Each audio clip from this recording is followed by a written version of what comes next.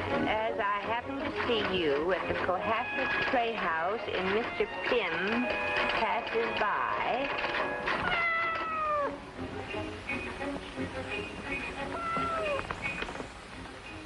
Well, I didn't think that was something Mr. Sands had dictated. He's more apt to bark. Who's in here? Nobody. But you were talking to someone, Susie. Meet Mr. Pym. Oh, isn't he cute? Oh. Oh. How do you know his name's Mr. Pym? Well, I was just typing something about Mr. Pym passing by, and there he was. So if his name isn't Mr. Pym, it ought to be. Oh, you're right, Susie. He looks like Mr. Pym. Do you suppose he's lost? I don't know. Are you lost, Mr. Pym? They say it's good luck for a cat to come to your house. Well, this isn't exactly our house, Vi. I know. But, Susie, couldn't we... No, we couldn't. Why not? Cats just take care of themselves. Can you imagine what Mr. Sands would say? Just listen to him purr. Yeah, well, this hurts me more than it hurts you. Come on, baby. Oh, he is purring, isn't he? Come on, Susie. Now. Goodbye, young man. Oh, suppose he falls off. He wouldn't fall off. Cats are very sure-footed, you know. Good morning, ladies. Don't let me disturb you. Oh, good morning, Mrs. Sands. We were just admiring the view. It's been there for 10 years.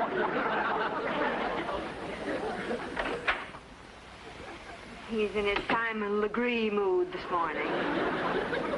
Susie, he's gone. Oh, now, Vi, take it easy. You know what they say about cats. They have 9 lives. And we've snuffed out every one of them. I feel like a murderer, a triple murderer. Now, take it easy. Look. Mr. Pym!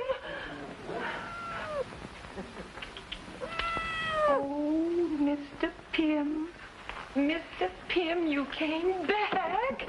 Oh, Susie, it's an omen. This cat wants us to adopt him. Oh, I think it's the other way around. He's adopting us. All we'd have to do is feed him and give him a place to sleep. Why, he wouldn't give us any trouble at all. No, he wouldn't give us any trouble, but he would. You could ask. Give him his coffee. You always say he's at his best after his first cup of coffee. Oh, I don't even think that would help this morning. He'll just have to take it black today. Uh-oh.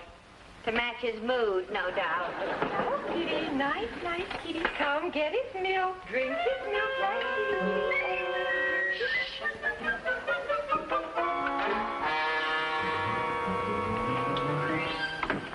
Here's your coffee, Mr. Sands. Thank you, Susie. Mr. Sands, do you like cats? I hate them. They're supposed to be good luck, you know. Not for me. I just lost a juicy commission because of one. Oh, come on now. I'm not kidding. Edmie Esmond turned down the lead in The Cat's Paw because it has a cat in it. She's allergic to them. Well, that's a pretty silly allergy. So's sauerkraut, but a lot of people have it. But you ought to do something about it. She does. She stays away from cats. Oh. Mr. Sands, do you mind if I ask you an if question? An if question? Well, here's my question. Suppose Sylvia, you know my friend Sylvia? Yes, I know your friend Sylvia. Well, suppose Sylvia found a cat, a perfectly beautiful cat, and she wanted to keep it in the office. Not forever, of course, but until she decided what to do with it. If you were Sylvia's boss, Mr. Goose, what would you do about it? Well, if I were Sylvia's employer, Mr. Guth, I would tell Sylvia that it's against the building regulations to have a cat in there, and that anyway, a cat has no business in a business office. But then you're not Mr. Guth, are you? You're much more intelligent and understanding and kind-hearted. Susie, when you talk like that, you have either done something or you want something. Which is it? Oh, Oh, neither one, Mr. Sands. I just deem it a good secretary's duty to respect and admire her employer. But I can see it's not reciprocal.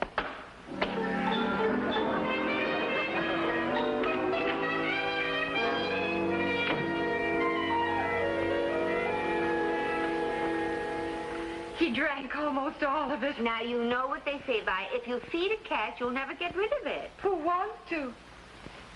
Look. Oh, isn't that cute? He climbed in all by himself.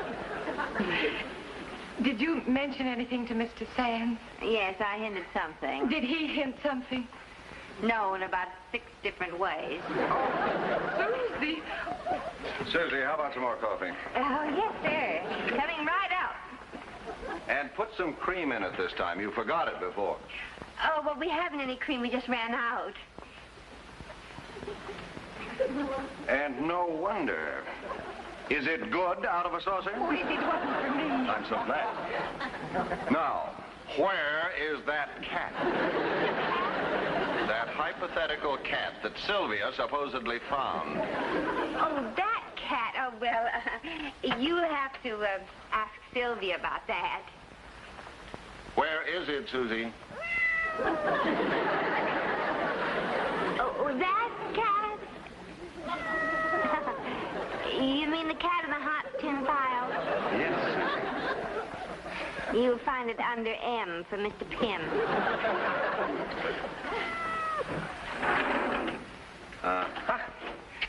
And now you will put it under O for out. Out, but quick.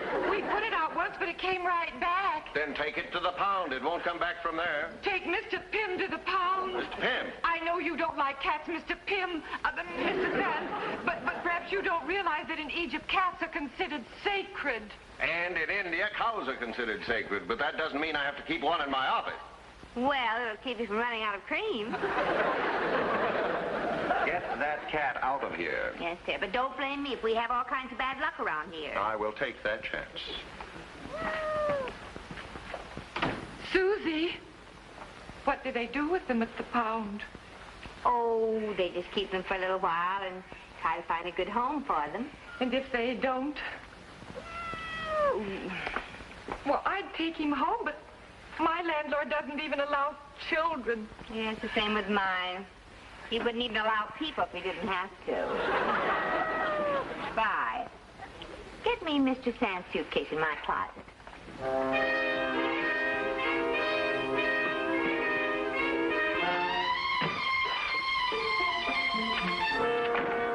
Are you going somewhere, Susie? No, but Mr. Pym is. Oh. Is that a new bag? Yes, Mr. Sands just bought it. Here, help me. This thing's got to breathe, you know. Oh, right here. So, you see, Sando, you really need a cat. Imagine owning a restaurant called the Black Cat and not having one. Well, there is plenty to eat here, and there is a large garden in the back. Yes, I thought so. Of course, we wouldn't give him to just anybody, you know. Well, I think you ought to have a look at him.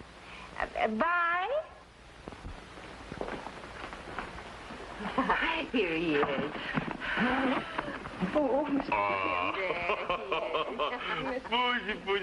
it is And he charming. has such a nice name, Mr. Pym. Good. I'm going to call him Laszlo. But you will take him.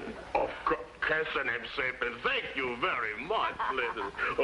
You will let us come to see him, Of won't you? course. Oh, Latsika, Bye. Let's go now.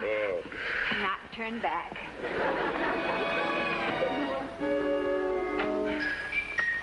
Doesn't it have an empty feeling? Well, we just had that little cat for such a short time. I just can't forget him. And getting a book on cats won't help you forget him. Cats Are People by Sigmund Hoffner. And they are, too. There's a theory that famous personages come back to the earth in the form of cats. I think I know a couple.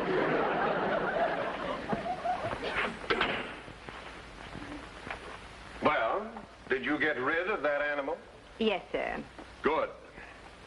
That's what you say. What did you bring this out for? I had something to deliver. I'll bet I know what. I think I hear my phone. That was a very expensive bag, Susie. Well, I couldn't very well take him out of here by helicopter. Okay. But be sure to have this office aired out before Edme Esmond comes here tomorrow. I told you she's terribly allergic to cats. And I'm getting very allergic to people who don't like cats. That was my phone, Susie, and it was Sandor. Mr. Pym's disappeared. Oh, no. Oh, I know he'll be run over. All that traffic out there.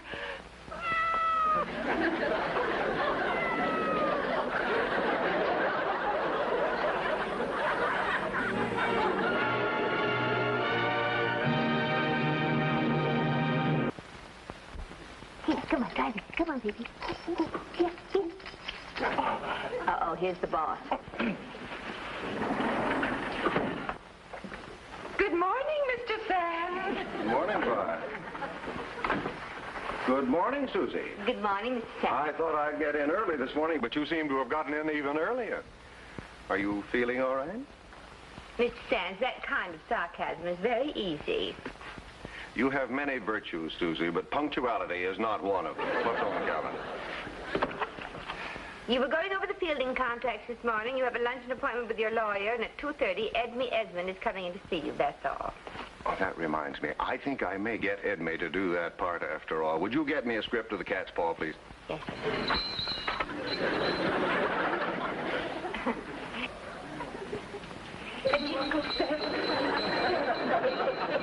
My grandmother always used to sing that.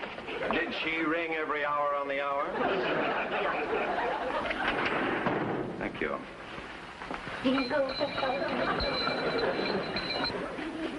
Maybe I got here too early this morning.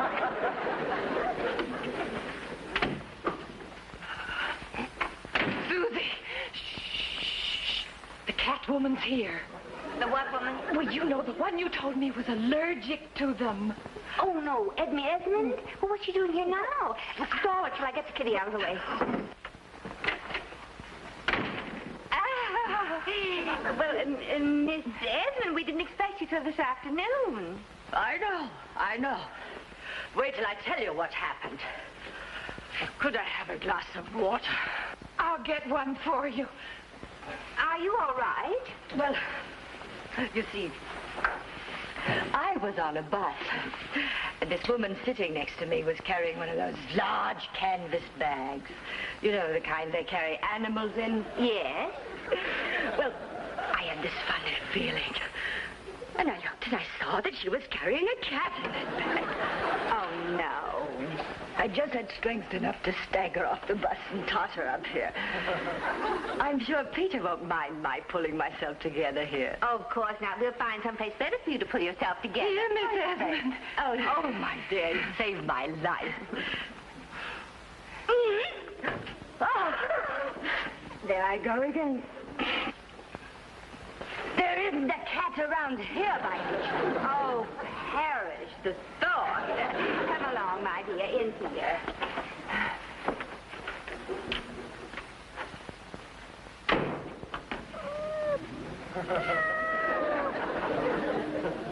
That's a nice boy. I do hope you won't mind my barging in on you like this, Peter. Of course not, Edme. I understand perfectly. As a matter of fact, I'm glad you're here. I want to talk to you again about The Cat's Paw. Oh, please, don't mention that word. Now, look, I have gone over this script very carefully, and the cat is completely unnecessary. It's only used for a sort of silly symbolism. So, why don't we get Tex Johnson to eliminate it? Simple, isn't it? Very simple. Well, I think it's a perfectly wonderful idea, Peter. Susie, you call Tex on the phone and talk to him about it. Me? Yes, well, I think perhaps Tex and I are a little too close.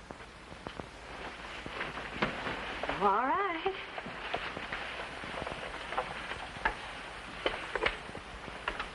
Vi, get me Tex Johnson on the phone. When did you develop this allergy to cats, Miss Esmond? Oh, I remember exactly. It was right after I got out of dramatic school. And this other girl and I, Gwen Yerrick was her name. We were up for the same role. And then it was my turn to read. A large yellow cat brushed my legs. I became violently ill. Oh, yes, and naturally the Yerrick girl got the part. Naturally. She made a play for the producer. The cat. Hello? Oh, Mr. Johnson. This is Susan McNamara, Mr. Peter Sands' secretary. Mr. Sands asked me to call you about one of our clients, Miss Edme Esmond. Yes. Well, you know she isn't particularly fond of cats. And if you would consent to eliminate the cat, she would... Mr. Johnson? Yes, I'll be sure to tell her. Mm-hmm. Well, thank you very much, Mr. Johnson. It's been an education talking to you. Bye. Well, what did he say? He said, for over 4,000 years, certain people of taste, discrimination, have recognized the charm and intelligence and virtues of the cat. Baudelaire wrote poems to cats, Goya painted them, and Gautier wrote a book about them. And Mr. Johnson says if Miss Esmond expects him to destroy his play by eliminating the cat, Miss Esmond is, and I quote, a low-grade moron, and something else I prefer not to read. Miserable hack! Doesn't he know that cats are the companions of devils and witches? And in spite of Gautier and Baudelaire and Goya, I'm deathly ill if they come within a mile of me.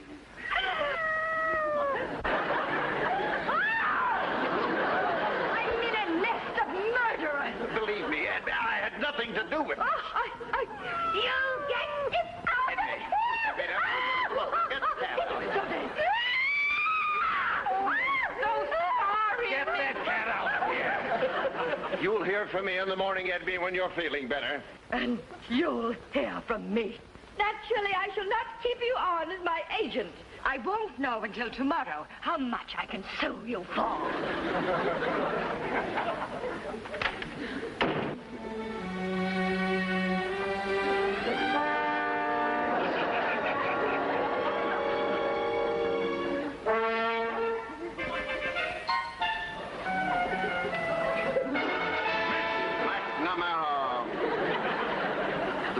That you have just cost me a very important client is distressing. But more important is the fact that you have deliberately flouted my orders about keeping that cat in the office. And you have seen the consequences. Now, if you prefer a stray alley cat to your job or to me, that is quite all right. But remember, there is not room in this office for the three of us. Now start counting. Yes, sir. Yes, I understand, Mr. Kramer. Not everyone is equipped to live with a cat. Mm-hmm. Well, thanks very much. Any luck? Just try to give a cat away and you'll find out who your friends are. They either have a cat, they can't have a cat, or they're about to take a short trip around the world. Where, oh, where is the spirit of Baudelaire, Goya, and Gautier? I didn't see them on your list. Honey, did you talk to the superintendent into taking care of Mr. Pym? We said he'd keep him in the basement for a few days until we could find a home for him. Good. Oh, it just doesn't seem the same without Mr. Pym. Well, everything would have been all right if that Edme Esmond hadn't come tottering in when she did. You know something? I don't think she has an allergy to cats. I think it's all in her mind. Psychosomatic. My, what an impressive word. Psychosomatic? Oh, well, I learned that when I went around with Dr. Palmer. You remember Dr. Palmer, don't you? He was branching out in psychiatry when I went with him. You know something? I think that Edme Esmond could use a good psychiatrist. I don't care what that woman needs. But I do. If we could overcome that alleged allergy of hers, not only would we get her back as a client, but we might talk Mr. Sands into coexisting with Mr. Pym. This idea has infinite possibilities. I'm afraid the idea is too big for a Susie. As Grandmother McNamara said, nothing is ever too big for the McNamaras. Now, let me see. Where is his number? Well, she did say that it all started when a catty rival took a part away from her. That's very interesting, Susie. You know, that possibly just might be the key to the whole situation. Oh, I believe your guest has arrived. Miss McNamara, Miss Esmond. this is outrageous. When you wired me to meet at 332 East 44th, I had no idea it was this feline fire trap. The black cat. The very name nauseates me. And where is Tex Johnson? I thought he was coming here to apologize to me. Oh, dear, I'm sorry he was delayed, but this is Dr. Palmer. I've been telling him about your allergy. How do you do, Miss Esmond? Yes, I'm rather fascinated with your case. It's a phenomenon of a rare type. Oh, really? Yes, indeed. Well, I must tell you of my symptoms, but I'm afraid that would take hours. Oh, I have all the time in the world, Miss Esmond. Please, won't you sit down?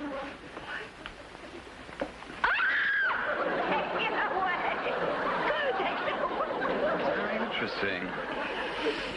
I feel an attack coming. But this isn't a real cat, Miss Esmond. Of course not, but the very thought. I see. Then it's the thought of the cat that upset you, not necessarily the animal itself. Why, yes. Miss Esmond, have you considered the possibility that all this is a result of your experience with a girl named Gwen Yarrick, who took a part away from you once, and whom in your mind you associated with a cat? Why, Dr. Palmer, how did you know about Gwen Yarrick? Well, I told him, Miss Esmond. Miss Esmond, perhaps you're confusing the symbol with the fact. Now, you were afraid of this girl, Gwen Yarrick, weren't you? You feared that she might take a job away from you which you wanted very much. You considered her a cat, and you became violently upset. And it was just at this moment that you saw a real cat, and you blamed your upset on it. You know, that makes sense. Even with the limited facts at my disposal, I would say, Miss Esmond, that yours is a false allergy. And now that you have a firm reputation as an actress, well, you can see you have nothing to fear from this cat, Gwen Yarrick. Oh, Miss McNamara, why haven't I met this man before? I might say the same of Miss Esmond. Excuse me, Miss Susie, but your friend wants you to come to the office right away. She says it is very important. I think it is about Laszlo. Oh, I might have known. Just when it was getting interesting. Well, will you forgive me? Certainly. Run along, darling. Bye.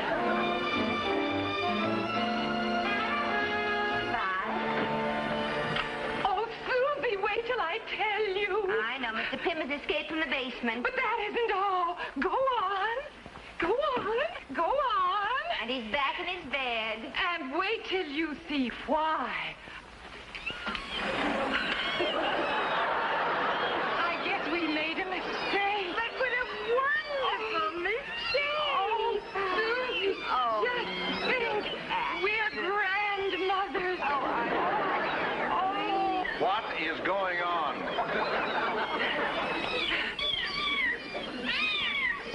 I guess you can put us all out on the street now, Mr. Sands. Susie, if you have...